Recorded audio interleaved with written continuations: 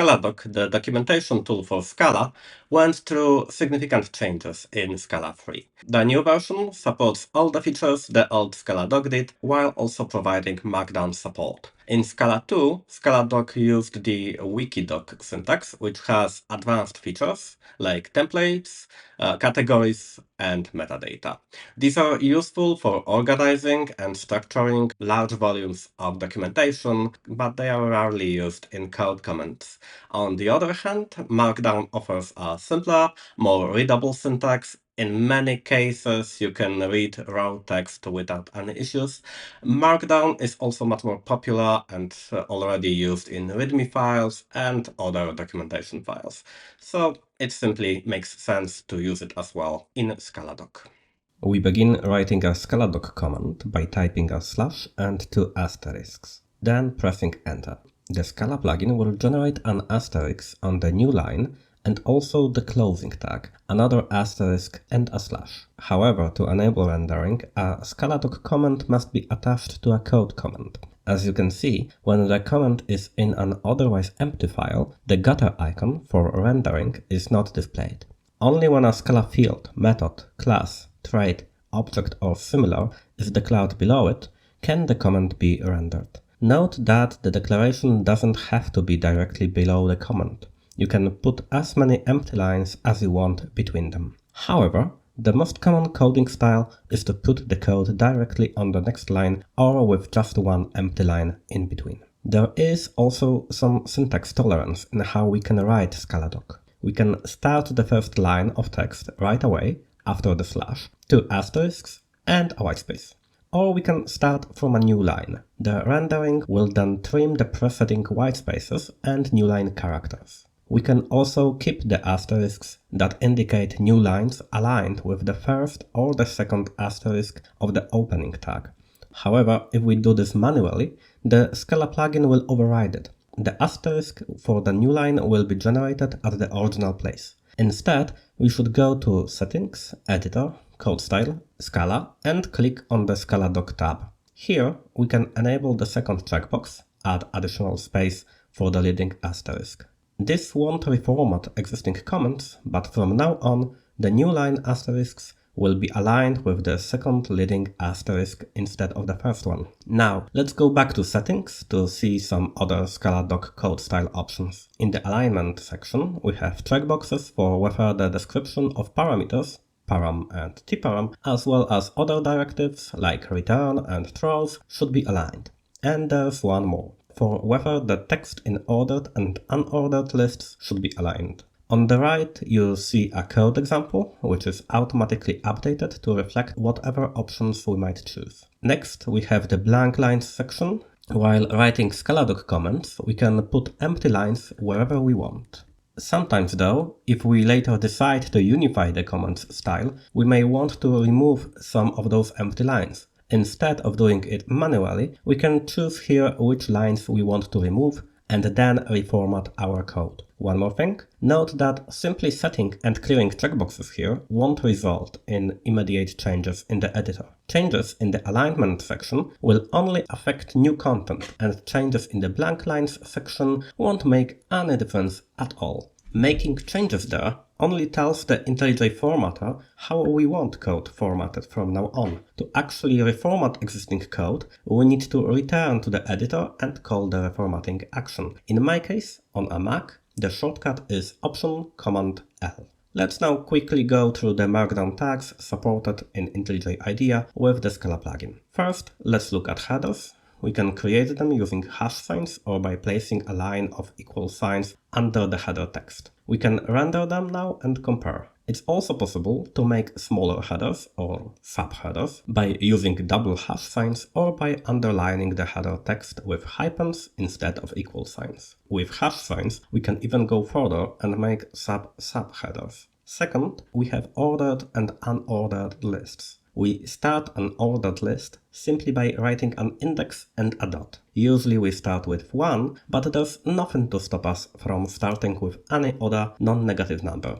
Then we write the first entry, press enter, and the index is automatically generated on the next line. If we want to make a sublist, we need to delete the generated index, make an indent of at least 4 spaces, and write the first index again. For unordered lists, we simply don't use indices, but asterisks, hyphens, or plus signs. Now, if we render the comment, it will look like this. The ordered list will have deeper indentation for its sublists, while a sublist of the unordered one will have different bullet points. Third, let's deal with the inline and multiline code. We can write inline code with single backticks. The Scala plugin will automatically create the closing one. Alternatively, we can use the Wikidog tag code, but that will put the code on a new line when rendered. Multiline code blocks are started with a new line, followed by triple curly braces or triple backticks. When rendered, the code is displayed with the font used to write code and on a light gray background.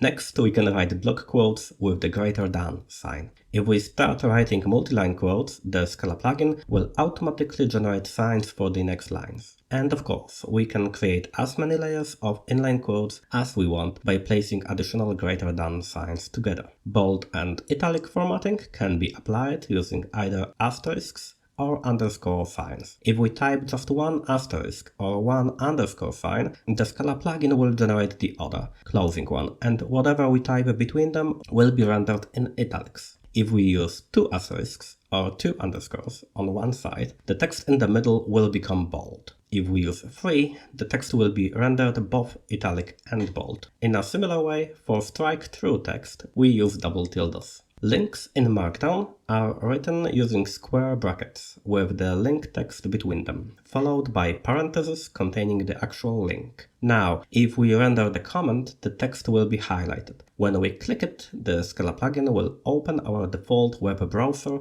and direct us to the given web page. There are also code anchors, written with double square brackets. The text within should be the name of an existing class, trait, etc. Here we have an example object called matrix and its apply method, along with its parameters and the result type. Let's create a Scaladoc comment and ask AI Assistant to generate it for us.